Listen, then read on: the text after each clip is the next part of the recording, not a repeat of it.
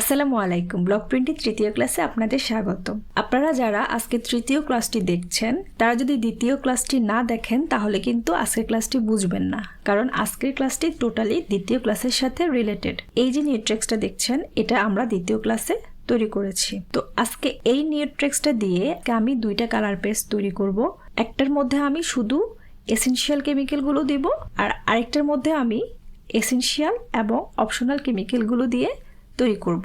তারপর যে রেজাল্টটা আসবে সেটা আমি পরবর্তী কোনো ক্লাসে আপনাদেরকে ওয়াশ করে দেখাবো। প্রথমে আমরা নিউট্রেক্সটা খুব ভালোভাবে মিক্স করে নিব, কারণ আপনারা যখন কেমিক্যালগুলো তৈরি করে রেখে দিবেন তখন কিন্তু কাজ করার আগে আবার ভালো করে মিক্স করে নেবেন। না হয় অনেক সময় দেখা যায় যে দানা ধরে থাকে বা উপরে একটা আবরণ পড়ে থাকে, তখন ছাপ ভালো করে আসে না।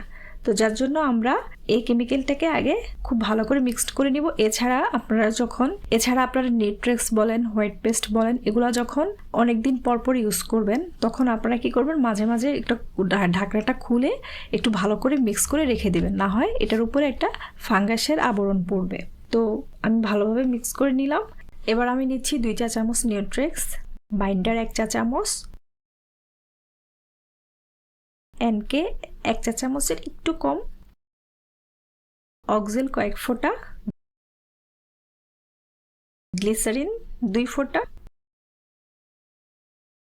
নাইলন ফিক্সার 1 থেকে 2 ফোঁটা, সিএল 3 ফোঁটা। এগুলো আসলে এতটা এক্সাক্ট হওয়া লাগে না, বাট যেহেতু আমি 1 কেজি পরিমাণ আপনাদেরকে হিসাব দিয়েছি, তো আপনারা কাজ করতে করতে আপনাদের আইডিয়া হয়ে যাবে আসলে 2 চামচ নিউট্রিক্সের সাথে আপনারা কতটুকু দিবেন। এবার কালার দিব, কালার অল্প অল্প করে মিক্স করব, দেন দেখব আমরা যে কালারটা চাচ্ছি এক্সাক্ট ওই কালারটা আসছে কিনা। আমরা কিন্তু একসাথে অনেকগুলো কালার ঢেলে দিব না। আর যেহেতু নিউট্রেক্স দিয়ে গাঢ় কালার তৈরি করা হয় তাহলে একটু কালারটা গাঢ় করেই তৈরি করবেন, কারণ নিউট্রেক্স দিয়ে যদি আপনি হালকা কালার তৈরি করেন বা কালার কম দেন তখন আপনি দেখবেন কয়েকবার ওয়াশ করার পরেই আপনার কালারটা অনেকটা ফেড হয়ে গেছে, দেখতে ভালো লাগবে না। দেন আমরা খুব ভালোভাবে মিক্স করে নিব। বারবার বলছি, প্রত্যেকটা কেমিক্যাল দেওয়ার পর কিন্তু খুব ভালোভাবে মিক্স করে নেবেন। তারপর একইভাবে আমরা অপর কেমিক্যালটাও তৈরি করব, যেটাতে আমরা অপশনাল কেমিক্যাল যেমন সিসিএল, গ্লিসারিন, নাইলন ফিক্সার দিব না। এটা আমি গত ক্লাসেও তৈরি করেছি, আপনারা গত ক্লাসটা দেখলে আরো ভালোভাবে বুঝবেন। এবার প্রত্যেকটা কেমিক্যাল খুব ভালোভাবে মিক্স করে নিব। কেমিক্যালগুলো যদি ভালোভাবে মিক্স না হয় তাহলে কিন্তু ছাপ ভালো আসবে না।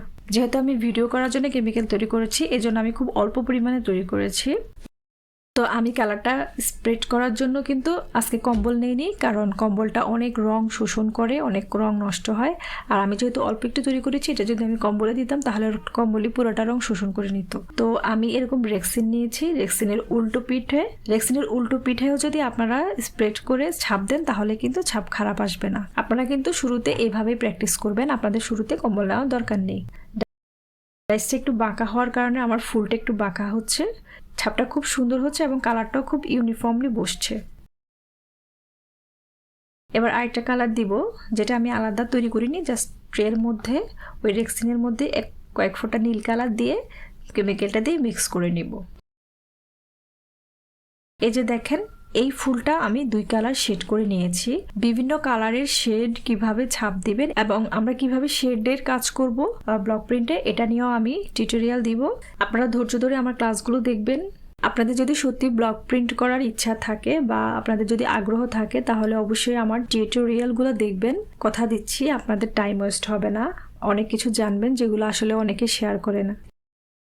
এবার দেখেন 1 ঘন্টার মধ্যেই কিন্তু কাপড়টা শুকিয়ে গিয়েছে। তো আমি ফ্যানের বাতাসে শুকিয়েছি, আবার হালকা রোদে দিলেও ভালো হয়, তবে আসলে রোদে দেওয়াটা সবার পসিবল হয় না, এটা ফ্যানের বাতাসে শুকিয়ে নিলেও হয়। এবার আমি উল্টো পিঠে আয়রন করে নিব, দেন 3-4 দিন পর আমি ওয়াশ করে, সাথে ওয়াশ করলে কিন্তু অনেক সময় কালার উঠে যায়। তো আমি বলি যে সাথে ওয়াশ করবেন না, তাহলে কিন্তু আপনারা মনে করবেন যে আসলে আমার কালারটা ফিক্স হচ্ছে না, আপনাদের শেখার যে একটা আগ্রহ বা মন মানসিকতা ভেঙে যাবে। অনেক সময় রংটা ঠিক আছে কিনা এটা দেখার জন্য কিন্তু আপনি সাথে ওয়াশ করলে পারেন, কিন্তু সেক্ষেত্রে হালকা একটু রং উঠবে, এতে ভয় পাওয়ার কিছু নেই।